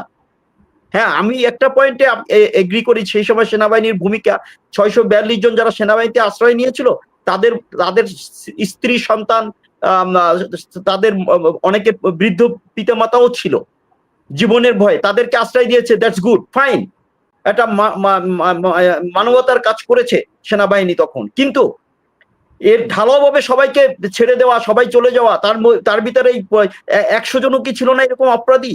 এবং তার ভিতরে 15-20 জন, আমি যার কথা বললাম যে তারা চরম মানবতা বিরোধী অপরাধ করেছে গত 15 বছর ধরে এদেশের মানুষকে, গুম খুনের সাথে যারা জড়িত, হত্যার সাথে জড়িত, তো তাদেরকে কেন ছেড়ে দেওয়া হলো? এইভাবে একটার পর একটা যদি আমরা আনফোল্ড যেভাবে হয়েছে, তাতে কিন্তু এখন আমি বলবো ওইটা বিষয়টা আমি স্মরণ করে দিতে চাই, সেফ এক্সিট পেতে হলে জনগণের কাছে চাওয়া উচিত। মঈনুল আহমেদ যেমন পার্টির কাছে চেয়ে জনগণের কাছে আজকে ধিক্কৃত, নিন্দিত, ঠিক ইতিহাসে একদিন কিন্তু এরকম যদি সেফ এক্সিট কোন পার্টির কাছে চাওয়া হয়, ফ্যাসিস্টদের পক্ষ নিয়ে, বিদেশি শক্তির পক্ষ নিয়ে সেফ এক্সিট যদি কোনো পার্টির কাছে চাওয়া হয়, একদিন জনগণের সামনেও তাদের কাঠগড়ায় দাঁড়াতে হবে এবং মনে রাখতে হবে তারা জনঘৃণিত হবে ভবিষ্যতে। Thank you. Jamal Haider sir, আপনি শেষ। জি ভাই, আমি লাস্টলি যেটা বলতে চাই, যেটা শেখ সেলিম ভাই বলছিলেন, যে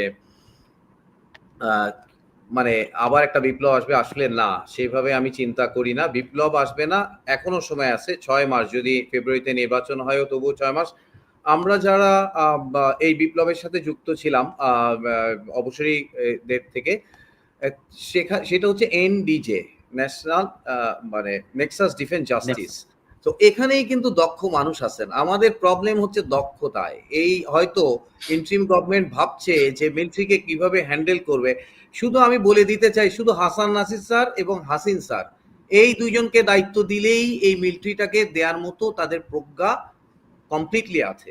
এবং এছাড়াও ব্রিগেডিয়ার জিয়া, তার শাহিনুর স্যার এবং যারা এনডিজেতে আছে, জাকারিয়া, হান্নান, অ্যান্ড এরা অনেক দায়িত্ব পালন করার মতো মানুষ। চাইলে টেস্ট কেস, দক্ষতার বিশাল সংকট, আমরা কিন্তু মিলিটারি নিয়ে আসি। আমলারা তাদের দুর্নীতি গত 13 মাসে কন্ট্রোল করেছে, এমনকি কোনো শ্বেতপত্র বের করেছে। তাদের তো উচিত ছিল, সিনিয়র যারা সচিব তারা তো লিডটা নিতে পারতেন যে আমার মন্ত্রণালয়ে কি কি খাতে দুর্নীতি হওয়া সম্ভব এবং সেটা প্রতিরোধের উপায়, এরকম একটা পেপার সবাই জমা দেন। দক্ষতার বিশাল প্রবলেম আছে। আমি জানি না এই কথাগুলো সরকারের কোনো মহল থেকে শুনবে কিনা, কারণ তাদেরকে আমি থার্ড পার্টি গভর্নমেন্ট বলি। আমরা আন্দোলন করেছি, ছাত্র জনতা আন্দোলন করেছে, রক্ত দিয়েছে, তাদের কেউ কিছু দেয় নাই, তাদের ওনারশিপ নাই। সেই জুলাই আন্দোলনের ওনারশিপ সরকার প্রধান থেকে শুরু করে তার যে দলবল, তার কারণেই, যার কারণে দে উইল নট অ্যাক্ট। এটাই ইকুয়েশন। তারা থার্ড পার্টি কাজ করে যাচ্ছেন, ঠেকার কাজ আমাকে করছেন, ওয়েল অ্যান্ড গুড। উনি সার্বভৌমত্ব রক্ষার জন্য বড় বড় কাজ করেছেন প্রফেসর ইউনূস, বাট তার যে দল সেটা কি অনেক দক্ষ এই সচিবদেরকে, তারপরে তাদের মানে আমলাদেরকে নিয়ন্ত্রণ করা? মানে এটাও তো একটা বড় প্রবলেম। আমরা হয়তো সার্বভৌমত্বের কথা বলবো, গণতন্ত্রের কথা বলবো, বাট গরিবের টাকা অপচয় করা এবং মেরে নেওয়া, সেটাকেও তো কন্ট্রোল করতে হবে। আমার দুইটা জিনিস দরকার, সার্বভৌমত্ব, সুশাসন। আমি বলবো এই জায়গাটাতে কাজ করা উচিত, সুশাসন, সার্বভৌমত্ব আমরা দেখব, এবং সেনাবাহিনীকে সংস্কার করেই সার্বভৌমত্ব নিশ্চিত করা সম্ভব। আমলা এবং রাজনীতিবিদদেরকে সংস্কারের মধ্যে নিয়ে এসে তাদের মাধ্যমে সুশাসন প্রতিষ্ঠা করা সম্ভব। অনেক ধন্যবাদ ইলিয়াস ভাই শোতে রাখার জন্য। আপনাদের সবাইকে ধন্যবাদ। প্রিয় দর্শক, সবাই ভালো থাকবেন। আমরা দেশে একটা সুশাসন আসুক, এবং যারা এখনো পর্যন্ত এই সেনাবাহিনীর ভয়ে নিজের যে দায়িত্ব, সেই দায়িত্ব পালন করতে পারছেন না, আমি বিশেষ করে বলবো যে আইন উপদেষ্টা যিনি আছেন, তিনি আসলে মানে মাঝে মধ্যে তিনি আর অসহায়ত্বের কথা বলেন, কিছু বিচারক অসহায়ত্বের কথা বলেন, না আমরা পারছি না, পারলে ছেড়ে দেন। আপনি ওখানে বসে থেকে তারপরে দেশের এই বিপ্লবটা ধ্বংস করবেন, এটার তো কোনো দরকার নাই। এখানে যদি নাকি এই যে কিছু আলেমের মুক্তির ব্যাপারে আমেরিকান দূতাবাস নাকি এই তাদের করে, আর আমেরিকা আমার খাওয়ায় নাকি? আমেরিকার কথা আমি শুনবো কিসের জন্য? আমেরিকার লোকজন যায় সেখানে, আপনার একজন ব্যক্তি, আপনি যাকে 16 বছর যাকে আটক করে রেখেছেন, তাকে ছাড়ার পরে আমেরিকার কথা শুনে তার জামিন স্থগিত করছেন কেন? আমেরিকা বললেই তার জামিন স্থগিত করতে হবে নাকি? আপনি আমেরিকারে বুঝান যে তাদেরকে এইভাবে একটা একটা একটা মিথ্যা ইয়েতে তাদের ফাঁসি দেওয়া হয়েছে, তাদের জাজমেন্ট দেওয়া হয়েছে, সেটা বুঝায় তারপরে তাদেরকে যদি মনে করেন কূটনীতিক তাদেরকে বোঝানো দরকার তাহলে বলেন। সেটার জন্য তখন না আমেরিকা কিছু হলে শিরোনামে এসেছে, সংবাদের শিরোনামে এসেছে, কিছু হলেই দূতাবাসের ইয়ে বাড়ে। আরে ভাই ছাড়ে দেন, আপনি এত ভয় হলে ছাড়েন না কেন? সমস্যা ওইটা না, সমস্যা হচ্ছে সবারই কারোর মেয়ে নিয়ে, কারোর টাকা নিয়ে নানান ধরনের সমস্যা এদেরকে ধরে রেখেছে, এই কারণে তারা কিছু করতে পারে না। যাক, এইসব যদি করেন আপনারা, ডিজিএফআই যেভাবে আপনাদের করে বিভিন্ন ধরনের এই জিম্মি করে তারপরে কাজ করায়, সে একইভাবে দেখেন এই যে গোলাম ময়লা রনি হয়েছে, নুরুল হক নূরকেও আপনারা চেয়েছেন কাজে লাগাইতে, শেষ পর্যন্ত কিন্তু ফসকে গিয়েছে। আমি জানি না কি হবে, নূরের বিভিন্ন ধরনের জিনিসপত্র তাদের হাতে আছে। আমরা তাদেরকে কিন্তু আমরাও কিন্তু এক্সপোজ করব।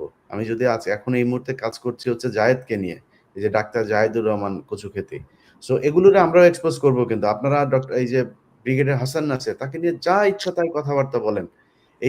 এইভাবে মানুষের চরিত্র হনন করা, এটা যদি করতে থাকেন তাহলে কিন্তু সমস্যায় পড়বেন আপনার নিজেরাও। এই পুরো সেনাবাহিনীটার উপরে যারা আছে তাদের ভেতরে চরিত্রের এত বড় স্খলন হয়েছে, এইটা থেকে বের হইতে হবে আমাদেরকে। যাদের দায়িত্বে না থাকা দরকার, ভাই সরে যান, আপনার সমস্যা আছে, ঠিক আছে আমি পারবো না। আর যদি থেকে তারপরে কাজ না করেন, এটার দায়ও কিন্তু আপনাদেরকে নিতে হবে। কর্নেল হাসিনুর, সেলিম ভাই কিছু বলছিলেন নাকি ছোট হ্যাঁ করে? হ্যাঁ হ্যাঁ, না আমি একটু কমেন্ট করতে চাই ওই যে ল মিনিস্টারের সে যে আমেরিকা অসন্তুষ্ট হবে এই ব্যাপারে আমি ইলিয়াস করতে ভাই, পারি। আচ্ছা, জি হাসিনুর ভাই, জি বলেন। জি না অলরেডি কিন্তু অধ্যাদেশ বাইর হয়েছে বিচারের জন্য, এখানে কিছু রকম গরিমসি করার কায়দা নাই। হুম, এটা পরিষ্কার করে বলে দিয়েছে যারা ভাঙছে, মানে মানে মানে গুমের আলামত নষ্ট করছে তাদের জন্য দণ্ড কত বছর, কত টাকা জরিমানা পরিষ্কার করে দেওয়া আছে। এখান থেকে বেরিয়ে আসার কোনো কায়দা নাই। এটা একদম পরে ইউএন এর প্রেসক্রিপশনে দেওয়া। সুতরাং এখান থেকে কিছু করার সেনাবাহিনী প্রধানের কোনো ক্ষমতা নাই। তো খালি হয়তো আগে আইন ছিল না, তারপরও অনেক প্যারান করে ভাই যেটা বলছেন আছে। এখন আমি মনে করি ভাই আমাদের সবার সোচ্চার হওয়া উচিত সেনাবাহিনীর ভাবমূর্তি রক্ষা করার জন্য। আমাদের যারা জেনারেল এখনো জেনারেল যারা বসে আছেন, প্লিজ আমি অনুরোধ করে আপনার কথা বলেন, সেনাবাহিনী ভাবমূর্তি রক্ষা করেন। কোটি কয়েক লোকের জন্য সেনাবাহিনী ভাবমূর্তি নষ্ট হইতে পারে না। এটা জি। আমাদের সেনাবাহিনী, গর্বের সেনাবাহিনী। ধন্যবাদ ভাই। সেলিম ভাই, হাসিনুর ভাই, সেলিম ভাই শেষ করে ইলিয়াস দেন। ভাই আমি একটু বলতে পারি। জি, শেষ করেন, জি আপনি শেষ করেন। হাসিনুর ভাই, সেনাবাহিনী আমি বলবো যে এই দেশের মানুষের অন্তরে অন্তরে। একটু আগে এক ভাই বলছিল এই সেনাবাহিনীর জন্যই বাংলাদেশ স্বাধীন হয়েছে। জিয়া যখন ঘোষণা দিয়েছিল তখন পাকিস্তান সেনাবাহিনীর শৃঙ্খলা খণ্ড বিখণ্ড হয়ে মুক্তি বাহিনীর জন্ম নেয়।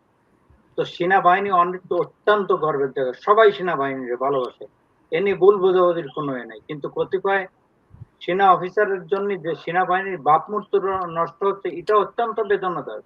আপনাদের জন্য বেদনাদায়ক, আমাদের জন্য বেদনাদায়ক, এইটার রাষ্ট্রীয়র জন্য বেদনাদায়ক, সার্বভৌমত্বের জন্য বেদনাদায়ক, হুমকির মুখে পড়েছে। আপনি চিন্তা করতে পারেন যদি সেনা ক্যান্টনমেন্টের রোয়ার অফিস থাকে, এটা কোন দেশে দেখাইতে পারবেন? যাই হোক, বেশি না বলে ওটা অনেকে বলছে। আমি বলবো যে এই যে আসিফ নজরুল সাহেব, উনি ল অ্যাডভাইজার, উনি যদি বলে আলেমদের বিচার করলে আমেরিকানরা অসন্তুষ্ট হবে বা আলেমদের ছেড়ে দিলে, এটা কোন ধরনের দায়িত্বহীন কথা? আমি বলি আপনাকে, আমেরিকায় ওই পোস্টার নাম হলো কেন, ওই পোস্টায় থাকে আমেরিকার অ্যাটর্নি জেনারেল। ওয়েস্টার্ন কান্ট্রি গুলোতে ওই পোস্টায় মেনলি অ্যাটর্নি জেনারেলই থাকে। একটা উদাহরণ দিই আমি আপনাদের। ক্লিনটনের সময় যখন মনিকা লুইন্সকির ইনভেস্টিগেশন হচ্ছিল, এই জেনেট রিনো ছিল তখন আমেরিকার অ্যাটর্নি জেনারেল। তার জেনেট রিনো তো নমিনেটেড বাই প্রেসিডেন্ট ক্লিনটন। উনি তো এই ইনভেস্টিগেশন টোটালি ডিরেল্ট করে দিতে পারলো। উনি কি করলো? নিরপেক্ষতার জন্য প্রেসিডেন্টের কথা বলেও নাই, প্রেসিডেন্ট বলেও নাই, শোনেও নাই। উনি করলো কি, ওই একটা স্পেশাল প্রসিকিউটর নিয়োগ করে ওই দিল। তাতে তো প্রেসিডেন্ট তো চলে যাচ্ছিল, তার ইমপিচমেন্ট হলো, সেখান থেকে বেরোই করলো। তারপরে সিরিজ অফ প্রবলেম তার হলো বিভিন্ন জায়গায়, যেহেতু ক্রিমিনাল ইন্ডাইটমেন্ট হয় নাই কিন্তু তার ল লাইসেন্স চলে গেল প্রেসিডেন্ট ক্লিনটনের। লাইকওয়াইজ নিক্সনের সময় তাই হয়েছিল। রিপাবলিকান অ্যাটর্নি জেনারেল অর্থাৎ ল মিনিস্টার, উনি ইনভেস্টিগেশন শুরু করলো। নিক্সনের ইয়ে চলে গেল, তারপরে তো নিক্সনের বহু কিছু হয়েছে। নিক্সনও লয়ার ছিল, আমেরিকান বার অ্যাসোসিয়েশন কি করলো, এক লয়ার আনএথিক্যাল কাজ করেছে, সো আর একটা এক্সট্রা এক্সাম দিতে হবে, এথিক্স এক্সাম। সব লয়ারদের আজকে আমেরিকায় দিতে, আমরাও দিয়েছি, এবং তার মার্ক খুব 80%-এর উপরে মার্ক পাইতে নাই, পাস করে না।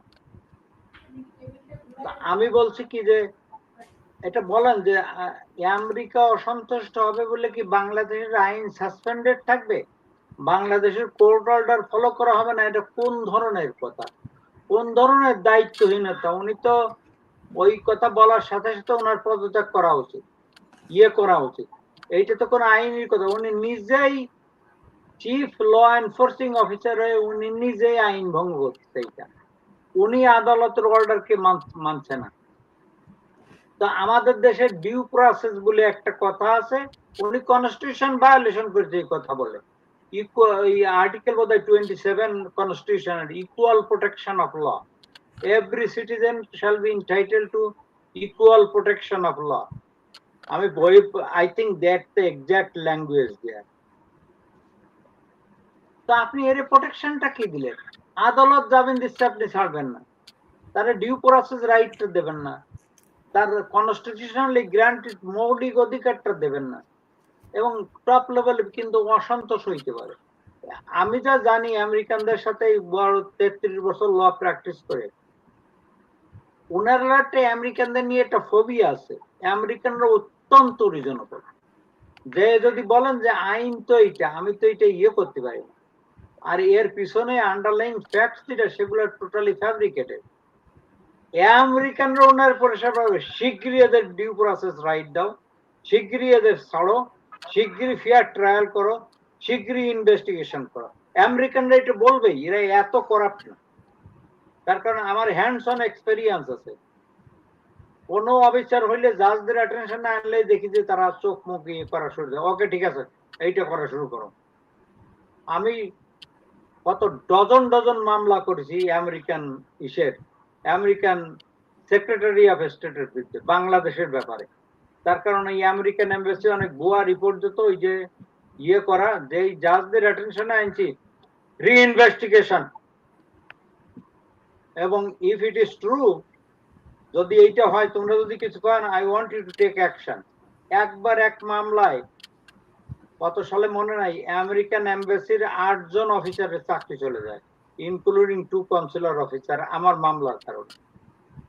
তো এক্ষেত্রে সে সময় বোধহয় ক্লিন্টন সেক্রেটারি, আমি ওনার শো করেছিলাম। তো আসিফ নজরুল ভাই এই অবস্থা, উনি এই কথা বলে যে আলেমদের মুক্তি দেবে না, দেবে না, আমাদের রাষ্ট্রীয় যে ইন্টিগ্রিটি সেটা কোথায় থাকলো? আমাদের আইনের যে ইন্টিগ্রিটি সেটা কোথায় থাকলো? আমার তো বলতে হবে যে দেখেন, ওয়েস্টার্ন কান্ট্রিগুলোতে আপনারা নিশ্চয়ই বিভিন্ন সংবাদে শুনে থাকবেন, ও আমাদের আইনে ইসলামিক। একটা উদাহরণ দেই, ছোট্ট একটা কান্ট্রি, ক্লিন্টনের আমলে সিঙ্গাপুরে এক আমেরিকান সিটিজেন ওই সাবওয়েতে ট্রেনে এটা ওটাইকে দিছিল, তারে সেন্টেন্সিং দিছিল সিঙ্গাপুরি আদালত। তারে তো প্রেসিডেন্ট ক্লিন্টন ইন্টারফেয়ার করে তারা ছড়াইতে পারে না, সাম পানিশমেন্ট তা খেয়ে আসতে হয়েছে। তা বলছে না আমাদের কোর্টের রায় আছে, আমরা এটা করতে পারি না। তো আসিফ নজরুল সাহেব উনি এইটা কিভাবে বলে, কোন মস্তিষ্ক থেকে, কোন কনসিডারেশনে? জি সেলিম ভাই, আমাদের এটা বিপ্লব, আমাদের মানুষের রক্তে কেনা বিপ্লব। এটা আমেরিকা ইউরোপ কেউ আমাদের এই বিপ্লব রক্ত দিয়া তারপরে তারা সোলজার পাঠায় বিপ্লব করে দেন। সো এটার সম্পূর্ণ কৃতিত্ব আমাদের, এটার ফল আমাদের দেশের মানুষ ভোগ করবে। আমেরিকা বললো না, কোন কার কে বললো, এটা বাংলাদেশের মানুষের শোনার টাইম নেই। আপনারা এই বিডিআর ওই যে ফেনীতে আছে 16 জনকে এখনো পর্যন্ত আপনারা মুক্তি দেন নাই, এই আলেমদেরকে মুক্তি দেন নাই। সব হাসিনার সময়ের যে পেডিকোডের মাধ্যমে যে বিচার হয়েছে, সবাইকে বেকসুর খালাস দিতে হবে। এদেশে যদি কেউ জঙ্গি থেকে থাকে, সবচাইতে বড় জঙ্গি হচ্ছে আওয়ামী লীগ, ছাত্রলীগ, যুবলীগ। এই জঙ্গিদেরকে আটক করতে হবে। এই জঙ্গিরা যেই দেশে গিয়ে এখনো পর্যন্ত জঙ্গি কার্যক্রম করছে, সেগুলোর ব্যাপারে সেই সব সংশ্লিষ্ট দূতাবাসকে অবগত করতে হবে। সবাই ভালো থাকবেন, আল্লাহ হাফেজ। থ্যাংক ইউ হাসিনুর ভাই, আপনার